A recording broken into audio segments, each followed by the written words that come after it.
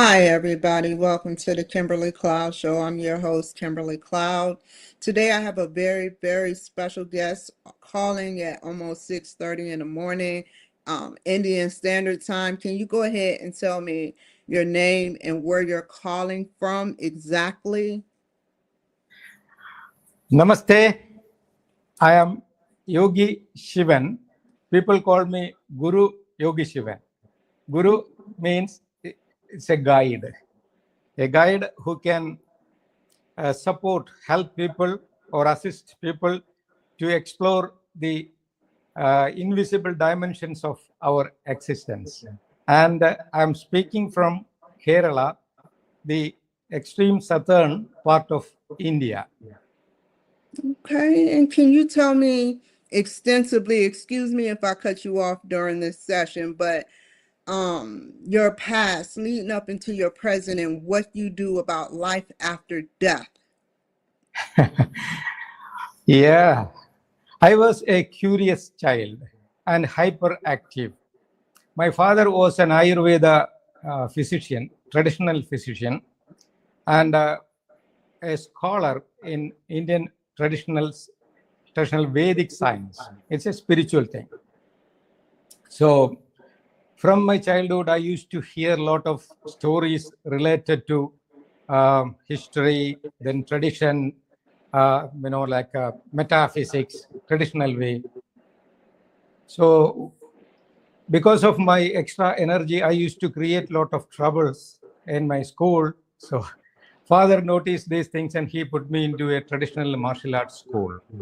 Kalari. Kalari is a martial art which is based on strict yogic disciplines. So I was into that.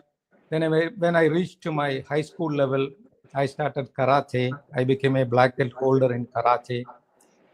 Then I was a boxer also, and I used to do dance. So I was using my body beyond certain limit without knowing why it is. But later I came to know when I was working in Middle East as a healer. I was well versed into Marma technology. Marma is like acupressure points, Indian style. So I was known there, popular there as a guy with magic fingers. So I was taken into the upper strata of the society, people who were suffering from back pain, neck pain, sleeplessness, and they couldn't handle it within the power of medicine. So they were looking for another option. So I was using these techniques to give them some relief. With this personal experiences with the high level people, one thing was really confusing me. These people are very powerful. They could buy everything, either with the money power or muscle power. But when I noticed some diseases and death beyond the man's limit, money power or muscle power will not support that situation or facing that situation. That gave me a confusion. I knew that I am also going to be defeated by death or disease like this. There, I really wanted to search for something which is beyond the mortality. Mm-hmm. Then I left that life. I came back to India because as a child, I was, accustomed with the stories, and I used to be fantasizing the higher dimensions of life beyond body and mind. Here, as a grown person, I wanted to explore the science behind it. I became a monk. I traveled all over India in search of a guru who could teach me, guru means guide, to explore the spiritual dimensions. Finally, I found a master. He initiated me in this Siddha Yoga order or Sri How do Vidya you order. get initiated? Pardon? How do you get initiated?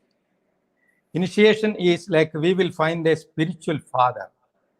How a mortal father or a physical father is giving his life energy through a sperm, and it is deposited in a lady's body. There, the egg is used and an embryo is developing from there. Same way, there is a cosmic womb which called Vishwa Yoni, where the Guru will give his spiritual energy as a sperm of spark, spiritual sperm. And it will be installed in our body as a flame of light. That is what is called initiation. Once we receive that light, then our job to go into the silence, the womb of silence. We can hear the sound of silence. That is what is taught. This is what is called initiation. Then we have to explore the sound of silence. Nature can communicate with us through silence.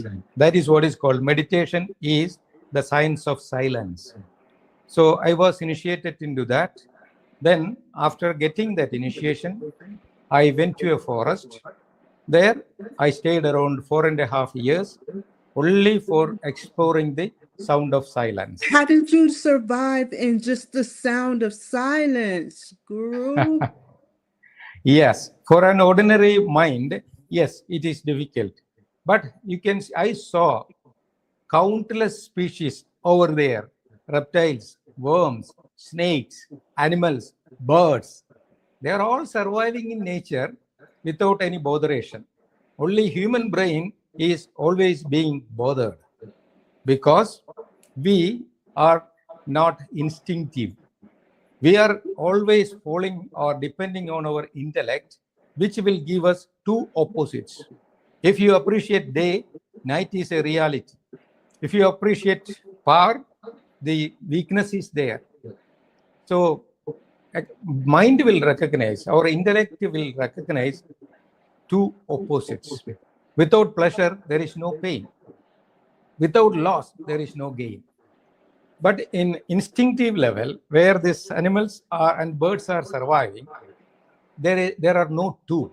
Actually, that is quantum physics. There are no two, only one, a duality. This is what is said in India in the spiritual science as Advaita. There are no two, only one. So when I was focusing only on the sound of silence, I was not bothered about the problems. If I am looking for the possibilities, I should accept the problems also. But I was beyond all these things, focused only on listening the sound of silence, curious to know what is beyond matter. So within 4.5 years, I don't remember exact dates and everything because in the forest there is no dates and time. Only How night did you and navigate? How did you navigate through just night and day? Did you use the stars? Did you use the sun? How the sun rise and set? How did you do it? So I was not bothered about traveling anywhere. I was comfortably sitting somewhere. And when sun rises, yes, I came to know when sun rises, lotuses will open. It's a natural process. Same way in our brain also, there are some chemical changes. When the sunlight falls on us, some hormones will keep changing, like serotonin will go down, dopamines will come up. So I was comfortably observing the chemical changes, hormonal changes happening within me. Sakshi, be a witness of the body and mind functions. That is what is called meditation. When you observe carefully, you will come to know the mechanism of your mind. It's an amazing experience. Once you recognize the mechanism of your mind, you are no longer a dependent of your mind. You will become the commander of your mind. That is what, yeah. Do you feel like the African culture, because in the African culture they said that they can live abundance with lion and the high-end animals because they're in sync. Nobody, like we have zoos here in America, containment. So when you went out to the wilderness, you basically became one and unfearful of whatever animal was out there, and the animals respected that, right? Of For course. 4 years they had to. See, man is nothing but a social animal. Yes, in the beginning, everybody was in the forest. There was no discrimination. There is a law in the forest. and regulations are there. But laws and regulation, rules and regulations are not, imposed by a, like government over there. Everything is imposed by our own discipline. That is what is called instinct. So, no, it was nice to see the discipline of forest. Snakes usually will not go through the area of elephants. Elephants will have a certain route. They will go and eat something, and they will go to the stream for drinking water. There will be a specific way where snakes will not go. Why? Because snakes are aware that these guys will keep on moving every day, and it is dangerous to be there. So snakes will have a different terrain. So like that, I was so keen, and I was focused on exploring the instinctive dimension, which in modern science we say subconscious level. Subconscious level means intellectual management in our brain is only 5% as far as modern science is concerned. Then subconscious level is 95%. In yoga, it is called instinctive reality. So modern man is completely depending on the intellect, which is handling only 5% of our existence. And the spiritual man can explore the 95% of our instinct. So when we become successful in making a union between the intellect and the instinct, or physiologically we can say the union between brain and heart, is called yoga. Yoga is union. Indian tradition is completely depending on this technical term called yoga, union. When you become, or when you succeed in uniting the brain and heart, you will become a complete animal.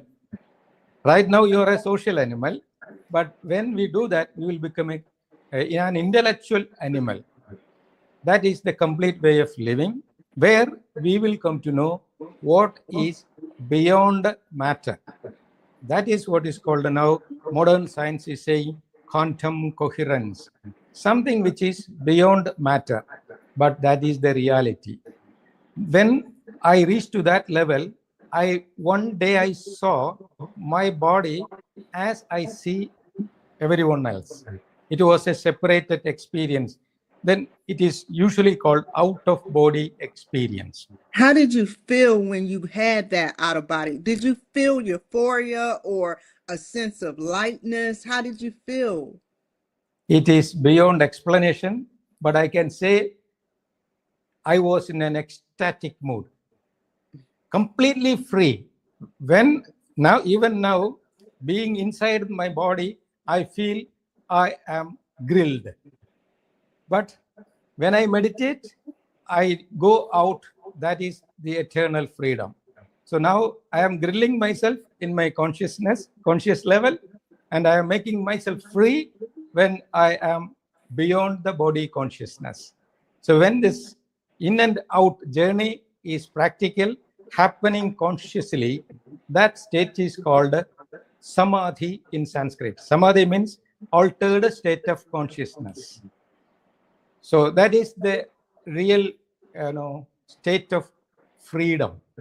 Nothing can stop you. As you asked me, what I feel means I feel ecstasy. Something, the eternal joy, which has no conditions, unconditional love. Like in Bible I read, Jesus Christ was always insisting to practice unconditional love. We can associate with everybody, but not limited. We never become judgmental, but we become available for everybody, because that eternal oneness from which everything is being evolved will be revealed to us. That is what is called revelation. So when I experienced that, then I came back to my master, then asked his advice, what to do next. Really, I wanted to remain in that out-of-body state, but master said, no, that is not the practical way. You just go back to society, be with them, try to share this wisdom with others, and gradually your inner guidance will take you to different dimensions. So when I listened to that, yes, that was the right way. Then I came back to material life and I became one among this society. I got married, then I started my business and I resumed all my previous practices. Right now, I am here for everybody. Yes. Take me down a path where your body attached back to your spirit attached back, because that's basically astroplaning. That's what we call astroplaning, right? Where you can, but that's kind of different because you're in a dream, right? When you're astroplaning, you weren't in a dream state, nor did you take any like drugs, right? Just gotta know.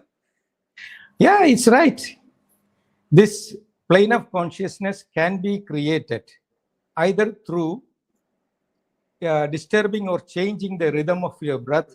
You can toxify your body deliberately by your own mind. See, like if I am not breathing or I stop my breath more than 3 minutes, 5 minutes, body will be toxified.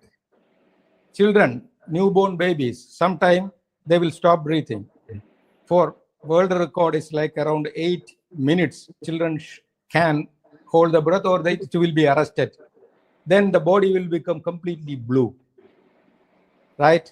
Why it's happening? Because the oxygen is blocked over there. Body will be polluted. So when that process happening through will, through practice, that is what is called yoga. If it is happening by nature, out of control way, is called roga in Sanskrit. Roga in Sanskrit means diseased. So when you use a drug, you are polluting the body and you are disturbing the natural impulses of your neurons, and you will experience different plane of consciousness. But unfortunately, if you go through that, your natural balance of neurons will be completely distorted. That is what is called degeneration of your brain. But if you create that one through the mental balance, which is called meditation, the condition of the body will be same, and you will disturb the natural impulses of your neurons, but it will not be degenerative because you are creating it consciously. You can reset it back. That is actually regenerating your brain. So yoga will take you to the different dimensions in a healthy way, but yoga, the drugs will take you to different dimensions in an unhealthy way. So one is damaging, one is regenerating and supporting, but the experiences will be same. Well said. Well said. Is there any way to restore through technology or through like getting off of drugs and starting yoga like ASAP that we can restore the brain cells? Is there a way through technology or through your resources of being a guru?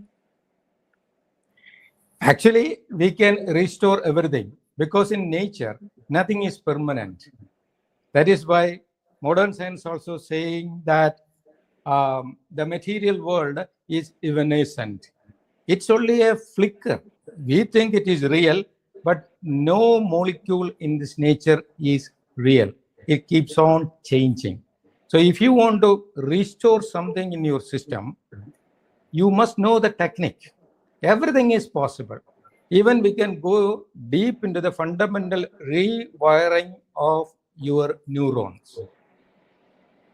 If it is happening or supporting through the drugs, external chemicals will be dominating the system.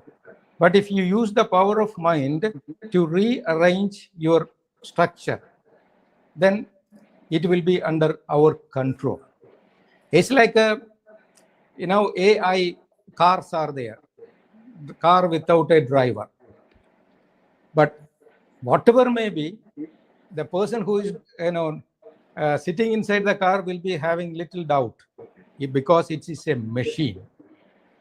So if something goes wrong with that, intelligence, artificial intelligence, then the passenger doesn't know how to handle it.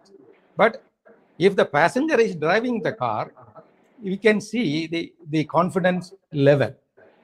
So like that, if medicine is start controlling our brain, then we have to be depending on the medicine, and that dependence will make you unhappy and restless. But if you become the driver of your own car, your body machine, there will be a master control over the machine.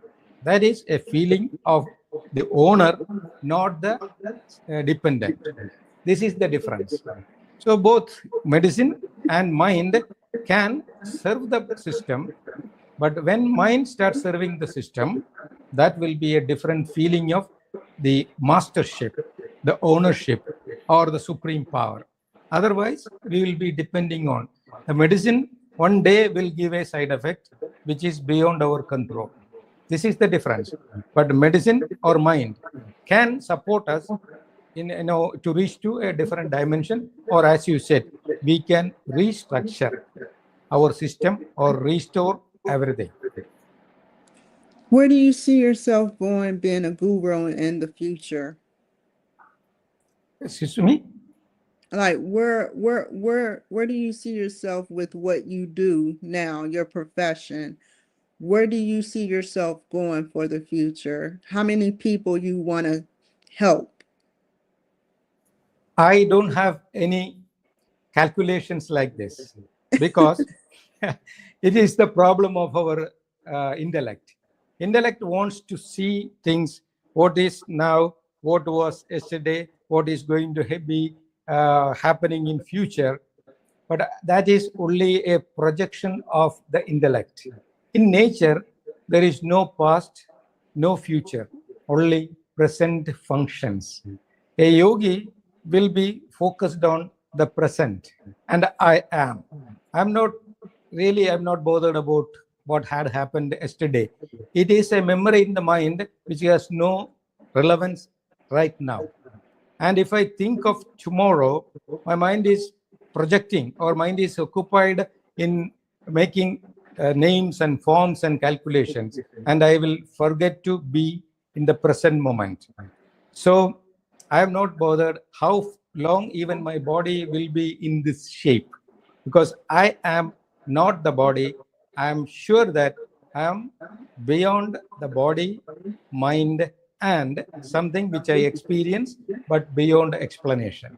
So what I'm trying is, I would like to spread this message to everybody who are really suffering from their memories of past and the anxieties of future, and I would like to train them to be with the present moment.